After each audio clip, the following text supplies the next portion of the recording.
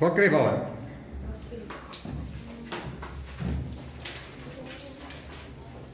પ્રકાશનું વક્રી ભવન. વક્રી ભવનનો મતલબ એ છે કે પ્રકાશ એના મૂળ માર્ગે જતું હોય એને બદલે એ માધ્યમ બદલાય, માધ્યમ તો પોતાનો રસ્તો બદલાય, પોતાનો રસ્તો બદલાય. એટલે કે પ્રકાશનું કિરણ જૂથ, પ્રકાશનું કિરણ અથવા કિરણ જૂથ કોઈ એક માધ્યમમાંથી બીજા માધ્યમમાં જ્યારે પ્રવેશ કરે છે ત્યારે પોતાનો મૂળ માર્ગ તે બદલી નાખે છે. આ ઘટનાને વક્રી ભવન કહેવામાં આવે છે. તો શરૂઆતમાં તમારા એમાં છે, ચોપડીની શરૂઆતમાં આ પ્રકારનું સમજી લખી આપી વ્યાખ્યા.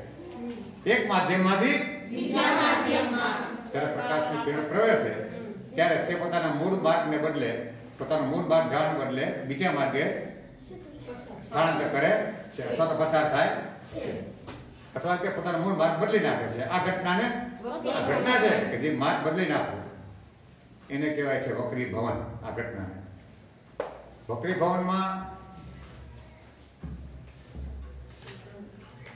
દાખલા તરીકે સ્નેલના બે નિયમો છે. મને હમણાં જાણીને આનંદ છો કે તમારા ધોરણ 10 માં આવી ગયા છે, બરોબર છે? સમજો કે આ કોઈ પાણી અથવા કાચ છે, આને હું માધ્યમ 2 કહું, કાચ, બરોબર? આ માધ્યમ 2 લખતો નથી કાચ અત્યારે, પણ આ માધ્યમ 2, આ માધ્યમ 2, અહીં હવા છે, આ કાચ છે. હવે આ હવા અને કાચ એને છૂટી પાડતી સપાટી આ કહેવાય. બે માધ્યમને છૂટી પાડતી સપાટી. એ સપાટી હું લંબ દોરું, બરોબર? આ લંબ દોર્યો સપાટીને, પછી પ્રકાશનું કિરણ આપાત કરું, પ્રકાશનું કિરણ આપાત કર્યું અને જે આ લંબ આય ખૂણો બનાવે છે એને કહેવાય છે આપાત કોણ. આય ફોર ઇન્સિડેન્ટ એંગલ. ઇન્સિડેન્ટનો મતલબ આપણે એનો આય લીધો, આ લોકો તો ગમે લઈ શકે, થીટામાં નહીં લઈ શકે, ગમે પાય લઈએ છીએ. આય કોણે આપાત થાય છે. જોજો આ ખૂણો છે એ લંબ આયરે બનાવે, સપાટી આયરે નહીં. આપાત કોણ કેવો કોને? સપાટી આયરે બનાવેલ ખૂણો નહીં, પણ સપાટીના લંબ સાથે બનાવેલ ખૂણો. હવે આ જે છે આ કિરણ કાંઈ માધ્યમ ન હોય, કોઈ માધ્યમ ન હોય તો ખરેખર તો એ સીધું વહી જવાનું હતું ને. પણ કારણ કે માધ્યમ છે, ખાટું માધ્યમ છે કાચ, એટલે એ સીધું નહીં જાય, પણ આ રીતે લંબ તરફ જો આમ વળાંક લીધું, લંબ તરફ લીધું, આમ વળાંક લીધું, તો આ જે ખૂણો બન્યો લંબ સાથે, એ પણ લંબ સાથે જ છે. એને વક્રીભૂત કોણ કહેવાય. વક્રીભૂત કોણ એને આર વડે દર્શાવી દે. આર નો મતલબ રિફ્લેક્શન. રિફ્લેક્શન એટલે પરાવર્તન, અને રિફ્રેક્શન એટલે વક્રીભવન. એમાં ફરક ન છે. રિફ્લેક્શન એટલે પરાવર્તન અને રિફ્રેક્શન એટલે વક્રીભવન. તો એનો આ લીધો મેં. જો આ ખરેખર સીધું વહી જવું જોઈતું હતું, કોઈ માધ્યમ ન હોય તો એને બદલે આમ લંબ તરફ વળ્યું, તો વક્રીભૂત કોણ થયો આર. તો સ્નેલ શું કહે છે એના બે નિયમો? એમ કે છે આ વક્રીભૂત કિરણ છે, બરાબર? નામ આપી શકાય એ ઓ આ બી, બરાબર? તો વર્ણમાં કામ લાગે, એવું જરૂર નથી ચોપડીમાં કહેવા નામ આપવા, એ યાદ રાખવાની કોઈ જરૂર નથી. એક ફરી આકૃતિ આપણને આવડી જાય, આકૃતિમાં દર્શાવ્યા પ્રમાણે ત્યાંથી શરૂ કરી શકાય. વર્ણન ત્યાંથી શરૂ કરી શકાય, કોઈ પણ પ્રકારની માથે ચિંતા લીધા વગર આકૃતિ વ્યવસ્થિત આવડી જવી જોઈએ. અને એવું જરૂર નથી બુકમાં આકૃતિ હોય એવી જ એમ જ દોરવી, એવા સિમ્બોલ રાઈટ થીટામાં મૂકો તોય વાંધો નહીં, થીટા મૂકો તોય વાંધો નહીં, પણ જનરલી બુકનું હોય તો કંઈ વાંધો નહીં, સારી વાત છે, યાદ રહી જતું હોય. તો પેલું એમ કે છે કે આપાત કિરણ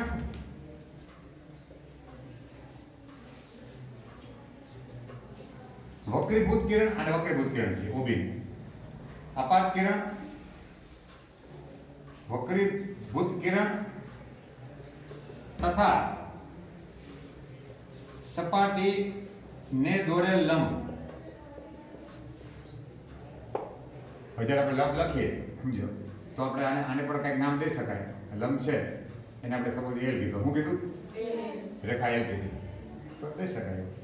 દોરેલ લંબ એક જ દોરેલ લંબ એક જ સમતલમાં આવેલા હોય છે, એક જ સમતલમાં આવેલા હોય છે.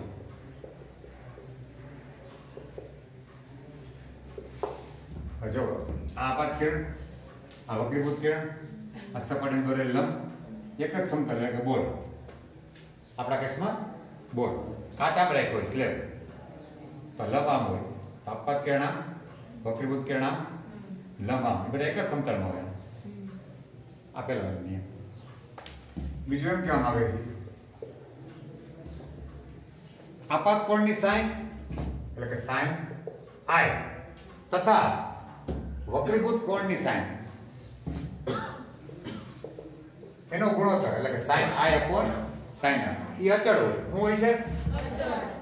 અચળ હોય છે. અને આ અચળાંકને કહેવામાં આવે છે માધ્યમનો વક્રીભવનાંક. ઘટ માધ્યમનો અથવા જે માધ્યમમાં વક્રીભૂત કિરણ હોય, વક્રીભૂત કિરણ જે માધ્યમમાં હોય એ માધ્યમનો વક્રીભવનાંક. એ માધ્યમનો સપોઝ મેં નામ 2 આપ્યું છે તો માધ્યમ 2 નો વક્રીભવનાંક કહેવાય આ અચળાંક. પણ કોને સાપેક્ષ? હવાને સાપેક્ષ. એટલે વનને સાપેક્ષ આમ કહેવાય. આ અચળ જ છે, આ ન બદલાય. ખૂણો બદલાય, આઈ બદલાય તો આર બદલાય, આઈ બદલાય તો આર બદલાય, પણ આ એમ નહીં બદલાય. સિવાય કે તમે પ્રકાશને બદલાવો તો પ્રકાશ તરંગલંબાઈ બદલાય તો બદલાય, લેમડા બદલાય તો બાકી એક જ લેમડા માટે આ અચળ રહે.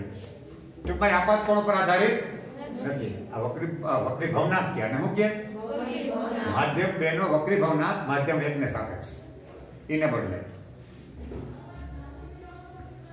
હવે તમે આને એમ કહી શકો ને, હું આને ઉલટું લખું તો આમ કહું તો જો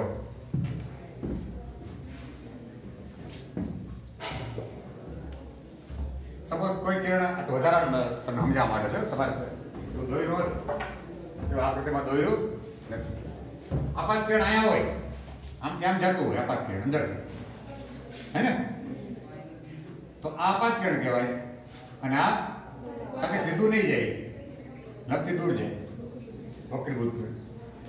તો પછી આ બદલી જાય.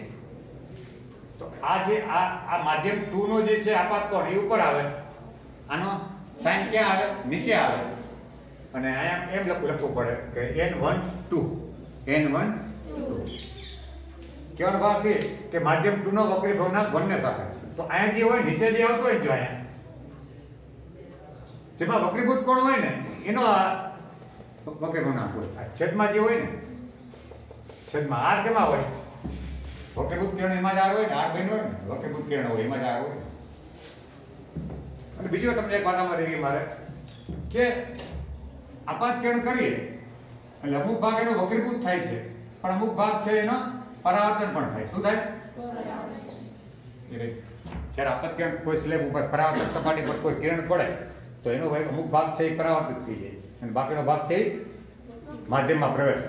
અને માધ્યમમાં પ્રવેશે જ્યારે ત્યારે બરાબર સમજો કે એ માધ્યમ જો ઘટ હોય, કેવું હોય? 1 ની સાપેક્ષે પ્રકાશીય ઘટ હોય. પ્રકાશીય ઘટ ભારે દળમાં ભારે હોય એવું નથી કહેતો. પ્રકાશીય ઘટ એ અલગ હોય. કાચ એ પ્રકાશીય ઘટ જ છે, પાણી પ્રકાશીય ઘટ જ છે. હવા કરતા કોના કરતા? હવા કરતા. તો 1 ની સાપેક્ષે જ્યારે આ ઘટ માધ્યમમાં પ્રવેશે ત્યારે સીધું જવાને બદલે જો લંબ તરફ પડ્યું કે નહીં? વક્રીભૂત કિરણ ઘટ માધ્યમમાં પાતળા માધ્યમમાંથી ઘટ માધ્યમમાં જાય તો લંબ તરફ વળે. કઈ તરફ? અને એનાથી ઊંધું પણ બને. એનાથી દાખલા કે હું તમને કહું બીજા આપણે દોરું. જો આ ઘટ માધ્યમ છે, હે ને? હા, હું આને આપણો માધ્યમ 2 છે ને, પછી અહીં તો અવાજ છે 1, આ સપાટી દોરે લંબ. તો અહીંથી આપાત કિરણ નાખો, આપાત કિરણ બરાબર. હું આને સપોઝ આઈડિયાસ કહું. ઓકે, તો સીધું ખરેખર કાંઈ આ માધ્યમ હોત, 2 માધ્યમ હોત તો સીધે સીધું હોય જાય તમને, હે ને?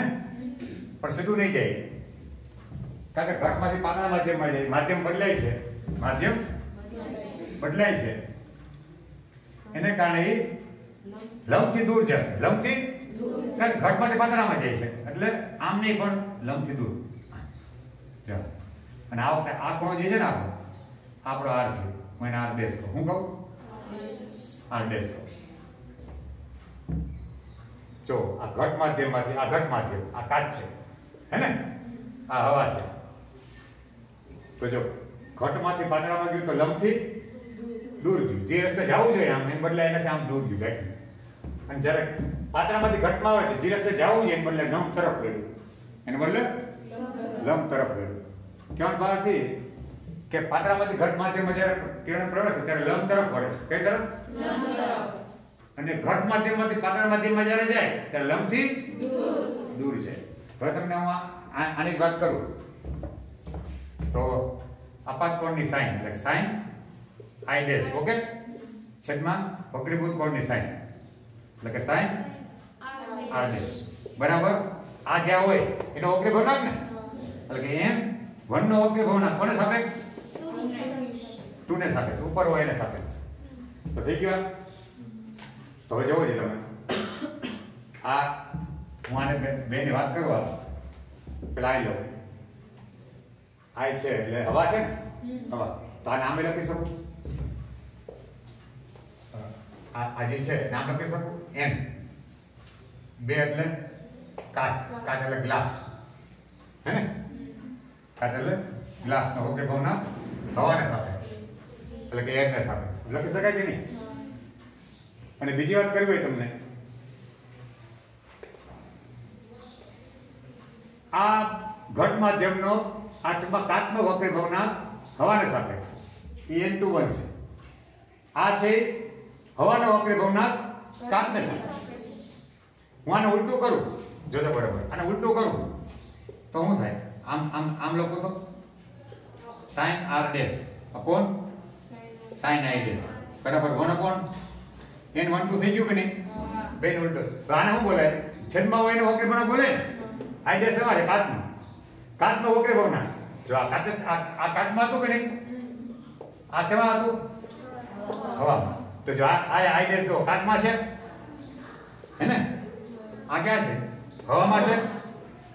તો તમે જો આમાં એમ બોલતા આપણે કાચનો વક્રીભવનાંક હવાને સાપેક્ષ n21, અહીં કાચનો વક્રીભવનાંક હવાને સાપેક્ષ. સાચી વાત? તો બે બરાબર થવા જોઈએ કે નહીં? બે શું થવું જોઈએ? બરાબર થવા જોઈએ કે નહીં? તો આમ લખી આપું n21 = n12 લખી આપું કે નહીં? બસ મતલબ હજી આમે છે કે n21 ગુણ્યા n12 બરાબર શું થાય? 1 થાય કે નહીં? તો MCQ પૂછાય કે ન પૂછાય? પૂછાય કે નહીં? મારે કહેવાનો ભાવ થઈ છે આ તમે તમને સમજાવવા માટે દોર્યું ખાલી એકબીજાના વ્યસ્ત. હવાને સાપેક્ષ કાચનો વક્રીભવનાંક 1.5 હોય જો કે છે, તો હવાને સાપેક્ષ કાચનો વક્રીભવનાંક, તો કાચને સાપેક્ષ હવાનો વક્રીભવનાંક 1/1.5 થાય. શું થાય? હવાને સાપેક્ષ કાચનો વક્રીભવનાંક 1.5, તો હવાનો વક્રીભવનાંક કેટલો? કાચને સાપેક્ષ 1 વ્યસ્ત થઈ જાય. શું થઈ જાય? વ્યસ્ત થઈ જાય. માધ્યમ 1 નો વક્રીભવનાંક 2 ને સાપેક્ષ જે હોય એના કરતા વ્યસ્ત, માધ્યમ 2 નો વક્રીભવનાંક 1 ને સાપેક્ષ એના કરતા વ્યસ્ત હોય માધ્યમ 1 નો વક્રીભવનાંક 2 ને સાપેક્ષ વ્યસ્ત. ટૂંકમાં સીધી વાત સમજો ને તમે. કાચનો વક્રીભવનાંક હવાને સાપેક્ષ જે હોય એના કરતા વ્યસ્ત હોય હવાનો વક્રીભવનાંક કાચને સાપેક્ષ. તો આને આમે લખી શકું આ જ વસ્તુ અને આમ લખે કે n21 એટલે શું? n12 લખ્યા કે નહીં? એટલે કે 1/n એટલે હવા ના કાચ લખ્યા કે નહીં? આ કામ લાગે દાખલા બધે ઉલટ સુલટ. આપણને એક આપ્યું હોય ને દાખલા કે કાચનો આપ્યો હોય હવાને સાપેક્ષ, તો એમ કે હવે તો હવાનું કહો ને, એમ કહેતો શું કરી નાખવાનું? બસ આટલું જ પૂછાય.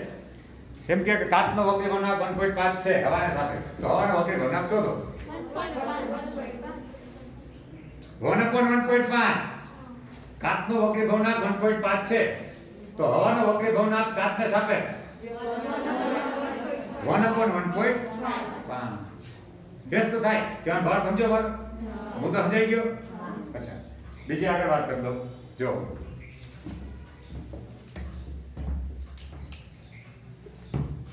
એમાં 3 માધ્યમ હોય ને, કેટલા? આ 1 આ 2 આ 3, 1 2 ને 3 બરાબર. હું એમ લખું n 3 નો વક્રી ભાવના 1 ને સાપેક્ષ 3 નો 1 તો આને આમ લખી શકું n 3 નો 2 ને સાપેક્ષ ગુણ્યા n 2 નો 3 ને સાપેક્ષ આમ લખી શકું. સોરી 1 ને સાપેક્ષ કોને એટલે 1 છે ને 3 નો 1 ને સાપેક્ષ તો આમ લખી શકું 3 નો 2 ને સાપેક્ષ 3 અને 2 નો 1 તો મારે અહીં જો અહીં 2 ના 2 કોમન આવ્યા કે નહીં હું ગમે એટલા માટે લખી શકાય એવું નથી આના માટે જો આમ હોય n 5 હોય 5 માધ્યમ હોય કેટલા માધ્યમ 5 નો વક્રી ભાવના 1 ને સાપેક્ષ આમ લખી આવું 5 નો 4 ને સાપેક્ષ 4 નો 3 ને સાપેક્ષ 3 નો 2 ને સાપેક્ષ 2 નો 1 ને સાપેક્ષ આમ લખી શકાય. આ કામ લાગે બધું એમસીક્યુમાં નાની ગણતરીમાં ખ્યાલ આવ્યો તો એટલે નોંધ કરી લ્યો. પછી હું આનાથી જે 2 મુદ્દા મેં બહાર કાઢ્યા છે તો લેટરલ શિફ્ટ અને પાર્શ્વિક સ્થળાંતર અને કરીએ પાણીમાં કોઈ વસ્તુ આપણે જોઈએ તો આપણને ઉપર દેખાય તરિયું આપણે ડોલમાં જોઈએ પાણી ભરેલી ડોલમાં તો તરિયું કેવું લાગે ઉપર આવે લાગે બસ હા એ બસ એ 2 ઘટના સમજવાની છે પાર્શ્વિક સ્થળાંતર અને જે તરિયું ઉપર આવી ગયું એ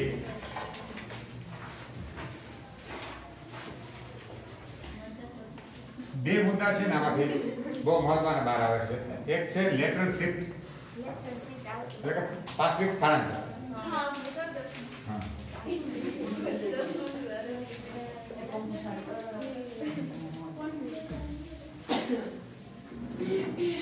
આકૃતિ તમારે ચોપડીમાં આપી છે એ પ્રમાણે દોરતો વાંધો નહીં પણ મને જો કુદરત આમ જ ફાવી ગયું આ રીતે સ્લેબ રખાય એને આમથી આપાત કરી નાખ્યું આપણે આપાત કરી ઉપરથી આ રીતે આપાત કરીએ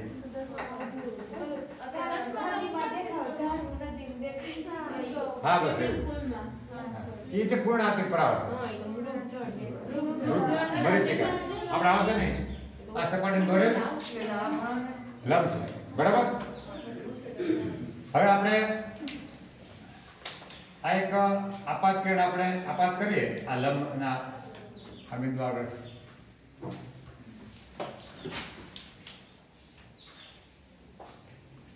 બરાબર આ એક પણ આપણે આપાત કરીએ તો ખરેખર તો સીધું વહી જવું જોઈએ જો કોઈ માધ્યમ ન હોય તો બરાબર એને પથાવો ગતિ કારણ કે ઘટ માધ્યમ છે આ બધા કાચ છે હે ને હા હવા છે ઉપર પાછું નીચે અહીં હવા છે તો આને 1 કહે અને 2 પાછું આ 1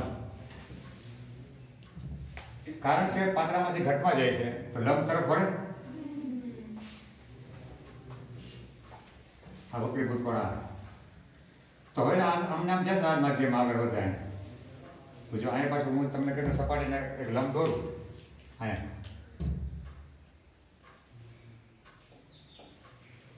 બરાબર તો આ સપાટી માટે આ આપાત કોણ થયો કે નહીં હે તો આપાત કોણ થયો હું એને નામ આપું સપોઝ I1 પછી ત્યાંથી તમે જોઈએ આપણે તો આ કિરણ આપાત થયું ખરેખર જો આ માધ્યમ નો હોત ને કાચા જો તમને તો આ સીધો હજી વહી જાત ને કાચનો કાચા જો તો સીધું હજી વહી જાત આમને પણ કારણ કે આ હવા છે પાતળું માધ્યમ છે આખો કાચ જ નથી તો હવે ઘટ માધ્યમમાંથી પાતળા માધ્યમમાં પ્રવેશ કરશે એટલે લંબથી દૂર જશે તો દૂર કેવી રીતના જશે કે આને સમાંતર થાય ને એવી રીતના જાય છે સમાંતર આ રીતે દૂર જાય છે આ એટલે આ છે હવે વક્રીભૂત કોણ થયો હું એને R1 કહું સપોઝ બરોબર તો તમે જોઈ શકો છો આ જે કિરણ છે આ બે સમાંતર છે કેવું છે આનો મતલબ એ થયો કે આપાત કિરણ આ હવામાં હતું એ અહીં હવામાં જ છે તો વિચલન જ પામ્યું વિચલન પામ્યું મતલબ ખૂણો બદલાવો ખૂણો બનાવો હું બનાવો ખૂણો તો સમાંતર છે જો ખૂણો પર વિચલન બિલકુલ પામ્યું નથી પરંતુ શિફ્ટ થયું છે એને આમ શિફ્ટ એટલે ખસવું શિફ્ટ મતલબ અહીંથી ખસીને અહીંયા આવતું રહ્યું આપાત કિરણ ખરેખર અહીંયા હોવું જોઈએ એટલે ખસીને અહીંયા આવતું રહ્યું શિફ્ટ થયું તો આ જે અંતર છે અહીંથી આ બે વચ્ચેનું અંતર આ અંતરને કહેવાય લેટરલ શિફ્ટ અથવા પાર્શ્વિક સ્થળાંતર, બરાબર. આ લેટરલ શિફ્ટ આંતર સેગમેન્ટનું, કારણ કે ડી જેટલું કહીશું તો આંતર ડી. તો આ રીતે એક વાત કરે લેટરલ શિફ્ટની. આની પરથી એને ઘણા ઉદાહરણ આપ્યા છે મજાની, કે ભાઈ સૂર્ય છે, સૂર્ય વક્રીભવનને કારણે આવું બને. આપણે જ્યારે એને એવું કીધું છે કે જો આ પૃથ્વી છે, બરાબર, આ સીધી જ રેખા છે પૃથ્વીની, સીધી જ આપણે ઊભા હોય ને સીધી જ કહેવાય, એને સમાંતર લાઈન. આપણે અહીં ઊભા હોય, સમજો, હે અહીંથી અવલોકન કરતા હોય તો ખરેખર તો સૂરજ આ જે સીધી જ લાઈન હોય ને, અહીંયા સૂરજ આવે ને જ્યારે, તો સૂર્યોદય થયો કહેવાય. વાસ્તવિક સૂર્યોદય અહીંયા આવે ત્યાં થયો કહેવાય. ત્યાં પણ વાસ્તવિક દેખાય સૂર્ય, બરાબર. આ વાસ્તવિક સૂર્યોદય કેવો? વાસ્તવિક સૂર્યોદય. પણ ખરેખર થાય છે શું કે સૂર્ય જે અહીં નીચે હોય ને, સીધી નીચે આપણે દેખાતો ન હોય. ચા આવડો મોટો દોર્યું માત્ર તમને આ દેખાય નહીં, આજે પાછું આવીને ભાઈ પૃથ્વીની સાપેક્ષમાં દોર્યું. આ કઈ ઓરિજિનલ સ્કેલ નથી હો, માણસ આવડો માણસ ન હોય, દેખાય જ નહીં તમે માણસ. કારણ કે સ્કેલ માપ લો ને તો મારે આમ દેખાડી જ ન શકું. તો માથું ખરેખર અહીં છે નહીં, પણ અહીંયા જ છે. ક્યાં છે સમજાય ને? ઘણે બધું લગાડે, અહીં આંખું હોય તો અહીંયા દેખાય નહીં, આમ દેખાય. એવડો માણસ નથી. સમજવા માટે અવલોકનકાર છે, આ અવલોકનકાર છે, સ્કેલ મુજબ નથી. અહીં સમજવાનું માથું અહીંયા. તો જો સૂરજ નીચે હોય તો હજી સૂરજ નીચે હોય, સીધી જ લાઈન છે, એની નીચે હોય ખરેખર દેખાય નહીં આપણને. પણ કારણ કે એમાંથી જે કિરણ નીકળે છે આમ, એ વક્રીભવન પામે. વક્રીભવન આજે આમ જાય, એને કારણે આપણને પછી અહીંથી આપણે લંબાવીએ, કિરણ આમ જાય, વક્રીભવન વળાવીએ જાવ. પછી આપણે અહીંથી લાઈન લંબાવીએ, આપણે આંખમાં પડે, લાઈન લંબાવીએ આંખે, આપણને સૂરજ જાણે કે ક્યાં હોય, સીધીમાં હોય એવું લાગે. અહીંથી આમ કિરણ જાય, અહીંથી આપણે આભાસી કિરણ, આમ આભાસી છે. હકીકતમાં સૂરજ આવે ત્યારે સૂર્યોદય થયો કહેવાય, પણ સૂરજ અહીંયા હોય ને ત્યાં જ દેખાવા મળે આ વક્રીભવનને કારણે. તો આટલું શિફ્ટ થયો કે નહીં, અહીંથી અહીં શું થયું? શિફ્ટ થયું. તો આ શિફ્ટની ડિગ્રી છે ને એમ કે છે 0.5ની હોય. કેટલી? 0.5 ડિગ્રી જેટલું શિફ્ટ હોય એને, બરાબર. અને સેમ સૂર્યાસ્તમાં આવું બને. સૂરજ આપની જાય અહીંયા, છતાંય તમને દેખાય થોડીક વાર લગી ઉપર, એ વક્રીભવનને કારણે. અને આને અનુરૂપ જે સમયગાળો છે ને, કારણ કે પૃથ્વી આમ ફરે ને, સૂરજ હપ્તો આમ ફરે એવું ન થતું હોય. સૂરજ તો ફરતો છે ને, સૂરજ થોડો ખસે છે, આમ ફરે છે. તો 0.5ના અનુરૂપ સમય તફાવત છે ને, એ 2 મિનિટ છે. કેટલો? 2 મિનિટ. મતલબ એ થયો કે હજી 2 મિનિટની વાર હોય સાચા સૂરજમાં. કેટલી? 2 મિનિટ. તો આપણે દેખાવા માંડી. તો આપણે જે સૂરજ જોઈએ છે ને, એ કેવો જોઈએ છે? આભાસી. હકીકતમાં સૂરજ હજી નીકળો નથી, એ નીચે છે. આપણને આભાસ થાય કે ત્યાં સીધી જ માટે. સેમ એવું સૂર્યાસ્તમાં બને. સૂરજ નીચે વહી ગયો હોય, ખરેખર દેખાવો જોઈએ નહીં, સૂર્યાસ્ત થઈ ગયો છે, છતાં સીરીઝમાં દેખાતો હોય. તો સૂરજ 2 મિનિટ વહેલા ઉગે. વાર હોય 8માં, જો કે 8 વાગે સૂર્યોદય થાય તો 8માંથી 2 મિનિટની વાર હોય તો આપણને દેખાવા માંડે વક્રીભવનને કારણે. સમજો કે સાંજે 7 વાગે હાથમાં તો 7 ને 2 લગી આપણને દેખાય. હા, ઓરિજિનલ 7 વાગે હાથ નહીં ગયો છતાં 7 અને 2 મિનિટ થયું ત્યારે આપણને દેખાય સીધું સીધું. ભૂકામે ને વક્રીભવનને કારણે. આ લેટરલ શિફ્ટનું ઉદાહરણ આપ્યું છે એ લોકોએ. તમને એક દાખલો પણ આપ્યો છે એમાં કે ભાઈ અહીંથી 1 ડિગ્રી, આ 0.5 અને આ 0.5, આટલું શિફ્ટ થાય, આ 0.5 એટલે 1 ડિગ્રી થઈ ગયું કે નહીં? તો જો ધરતી છે 360 ડિગ્રીનું શિફ્ટ થાય, સૂરજ આમ 360 ડિગ્રી ઘૂમી જાય, સૂરજ થોડો ઘૂમે, પૃથ્વી ઘૂમે, તો સમય કેટલો લાગે છે? 1 દિવસ, 24 કલાક, હે ને? અને કલાકના 60 મિનિટ, તો કુલ 8 મિનિટ થઈ ને? તો આખું અહીંથી અહીં લગીને વાત કરે દાખલામાં. તો 1 ડિગ્રી શિફ્ટ માટે કેટલું? જવા તમારે કેટલો? 4 મિનિટ. કેટલો આવશે? 4 મિનિટ. તો 1 ડિગ્રી માટે 4 મિનિટ હોય તો 0.5 ડિગ્રી માટે કેટલો આવે? 2 મિનિટ આવે ને? 2 મિનિટ. એટલે તમારે બધું છે જ વર્ણન કરેલું મેં કીધું એ પ્રમાણે. બરાબર? હવે આપણે બીજો એક મુદ્દો જોઈ લઈએ. આપણને અનુભવ છે કે પાણીની ડોલ ભરી હોય તો તળિયું આપણને કેવું લાગે ઉપર જોઈએ તો બસ આ જ ઘટના આ વખતે કોણને કારણે બને છે કેમ બને જોઈ લે આ બીજું સમજો કે આ પાણી ભર્યું છે એટલું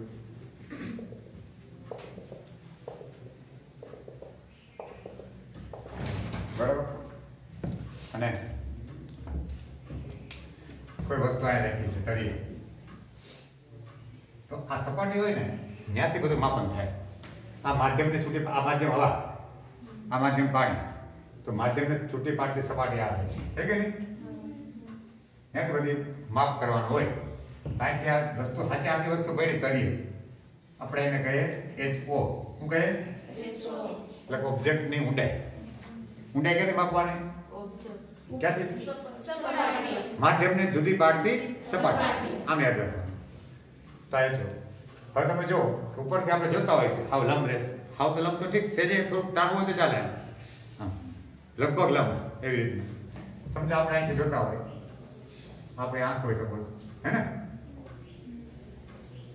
તો આ કિરણ છે આમાંથી નીકળ્યું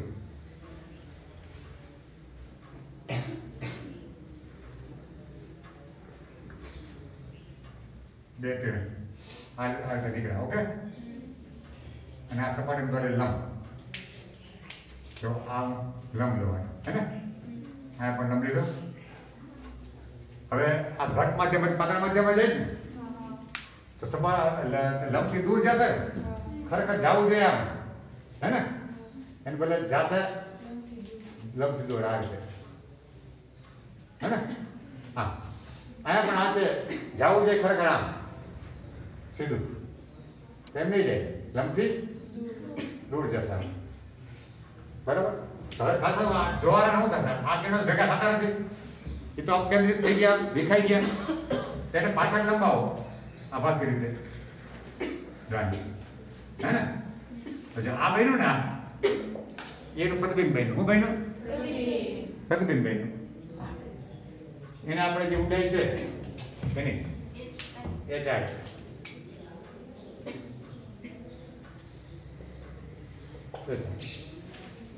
બરાબર તો આ લોકો એમ કે છે આમ કે ભાઈ પ્રતિબિંબ જે ઊંડાઈ છે એ કોના બરાબર હોય તો કે વસ્તુની ઊંડાઈ અને જે માધ્યમમાં વસ્તુ હોય જે માધ્યમમાં એના વક્રીભાવના ના ગુણોત્તર જેટલી હોય વસ્તુની ઊંડાઈ તથા માધ્યમના વક્રીભાવના ગુણોત્તર જેટલી હોય છે આવું કે છે આ નિયમ મતલબ કે HI upon HO શું થયું 1/n આ ત્રણમાંથી કોઈ પણ એક આપેલું હોય આપણને તો બાકીનું મળી આપણે દાખલો સાથે લઈ એને કે માથાકૂટ નહીં સાથે દાખલો ત્રીજો બરાબર ચાલો દાખલો ત્રીજો સ્વાધ્યાયનો દાખલો ત્રીજો જો તો હવે પૂછે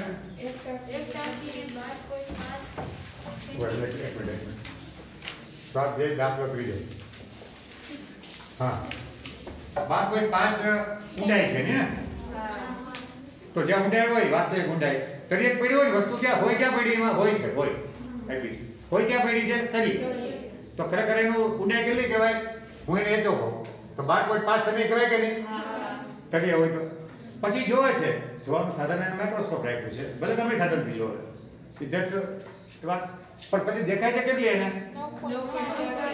હા એને એની ઊંચાઈ દેખાય છે ઉપરથી સપાટીથી 9.4 સેમી તો એમ કહે છે કે આ માધ્યમ છે જી એમાં વસ્તુ છે એને વક્રીભાવના કેટલો હાલે કે પાણી છે શું છે માધ્યમ તરીકે પાણી છે આપણે સૂત્ર છે HI upon HO બરાબર બરાબર એમ HI કેટલું આપ્યું છે 9.1 HO કેટલું આપ્યું છે બરાબર 1/n બરાબર માટે એના કરતા બનાવો તો એમ એનામ આવે 12.5 ઉપર જાય 9.4 નીચે આવે જોવો છે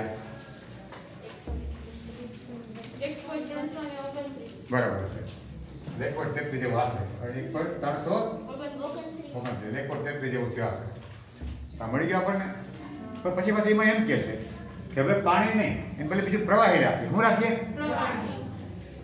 હવે એને ઉલટું પૂછ્યું છે, એને થોડુંક ઉલટું દાખલો ઉલટો કરી નાખ્યો, મતલબ બીજું પૂછ્યું છે. સૂત્ર આ જ છે, બીજું પ્રવાહી બદલાવી નાખે છે. તો વક્ર વળાંક બદલાઈ જાય કે નહીં? હું એને એન ડેશ કહું. શું કહું? સૂત્ર તો આ લાગે, એચઆઈ અપોન એચ. હવે એચ તો બદલાવાનું છે નહીં, પરિવિનિન છે વાસ્તવિક, તો એચઆઈ ડેશ બદલાઈ જાય, હે ને? બદલાઈ જાય ને, બીજું પ્રવાહી આવી જાય પાણી બદલે, તો એની વક્ર પ્રવાહનું નામ તો અલગ હોય.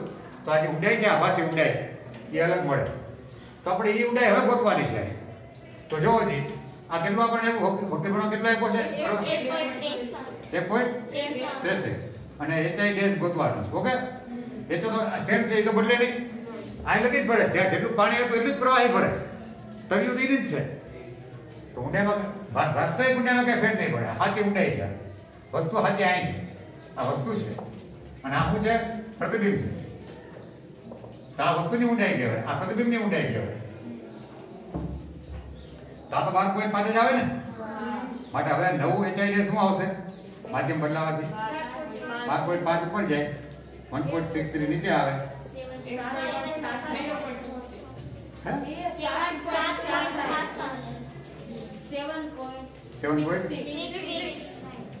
બરાબર છે, સેમી. ઓકે, અને આપણા પૂરો થઈ ગયો. આ રીતે ચાલો લખી લો. એક દાખલો છે, બહુ સહેલો છે આમ તો.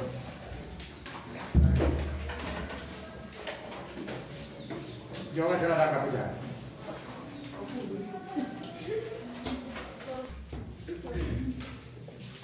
દાખલો તમને એમાં 3 પ્રકાર આપ્યો છે ને, આમ સપાટી. બહુ સહેલું નામ સમજીએ તો. આ પેલું શું છે? હવા અને કાચ. અહીંયા ઉપર હવા છે ને, નીચે હવા છે. હવા અને કાચ. પછી અહીંયા નીચે પાણી.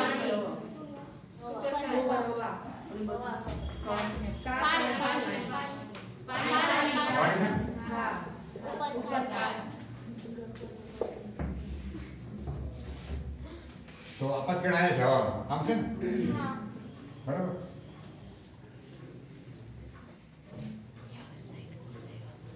આ કેટલો સાઈડ છે?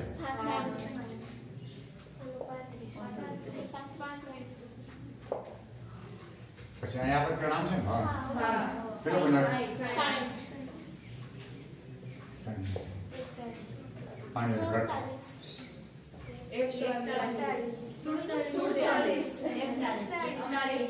ઓહો, આટલો ફેર?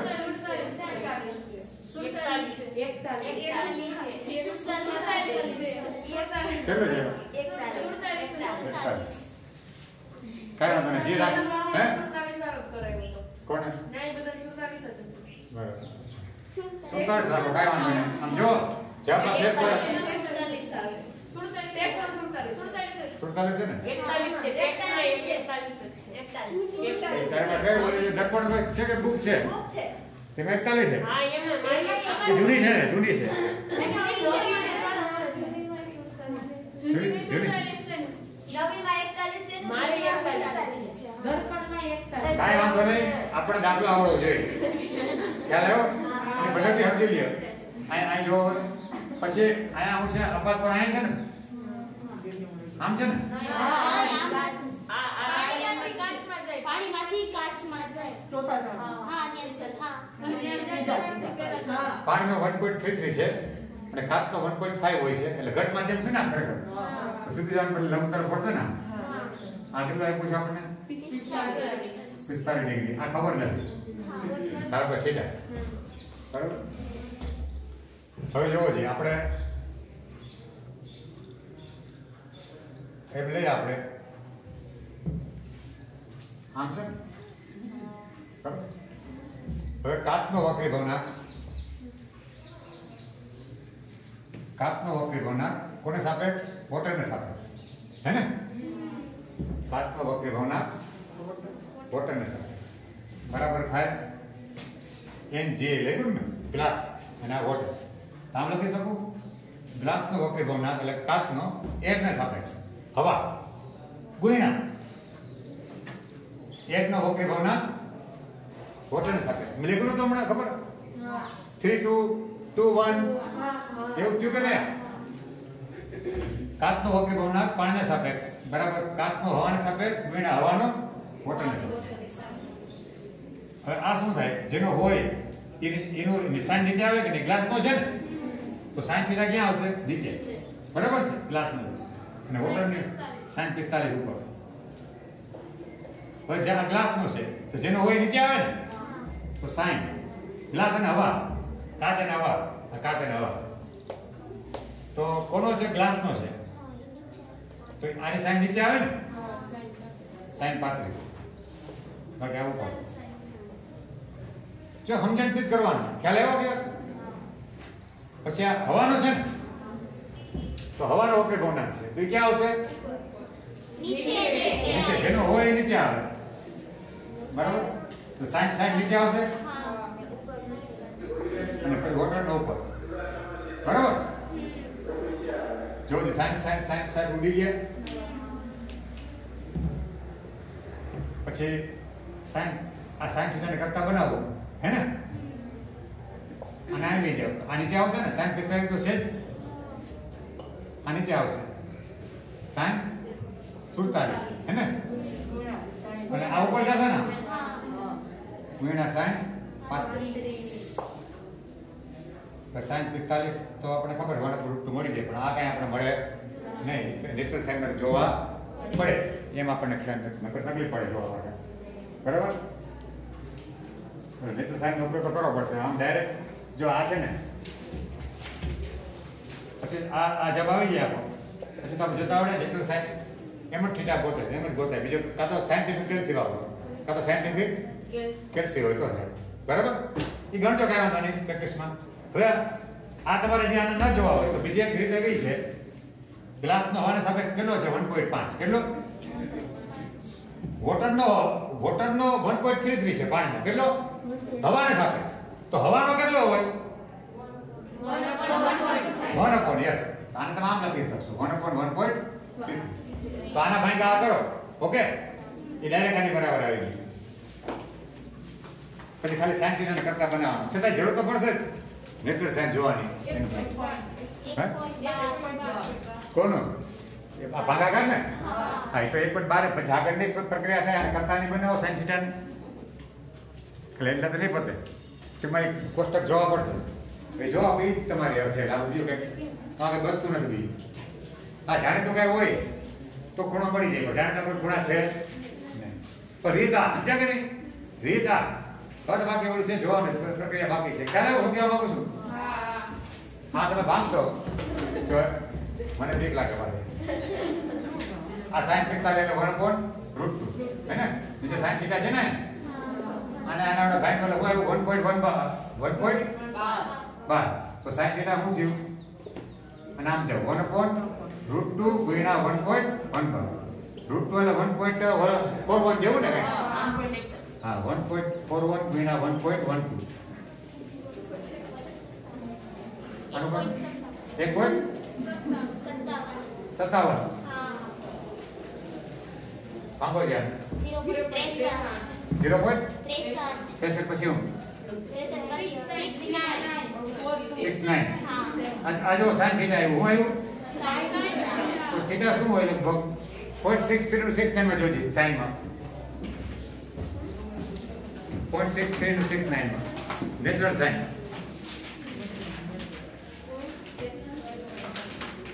.63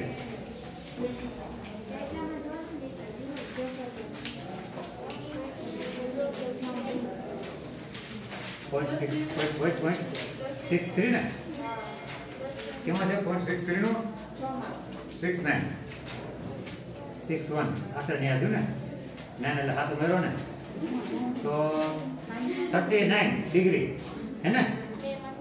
આશરે 39 ડિગ્રી આવ્યું ભાઈ. ઉપર પછી વધારે ડિગ્રી કેટલી રહે? હે એ યાદ ને? હાલ આ જોતું ને કોષ્ટક 0.5 તો 39 છે ને, 39.5 ડિગ્રી આશરે. ચોપડીમાં કંઈક 38 ડિગ્રી આવ્યું. કેટલું જવાબ? હે 38.2. હા બસ એટલે માર્કેટમાં રીત આ જ છે સમથિંગ આપણે શું છે થોડું ઘણું આપણે પોઈન્ટ થયા હોય પદ્ધતિ આ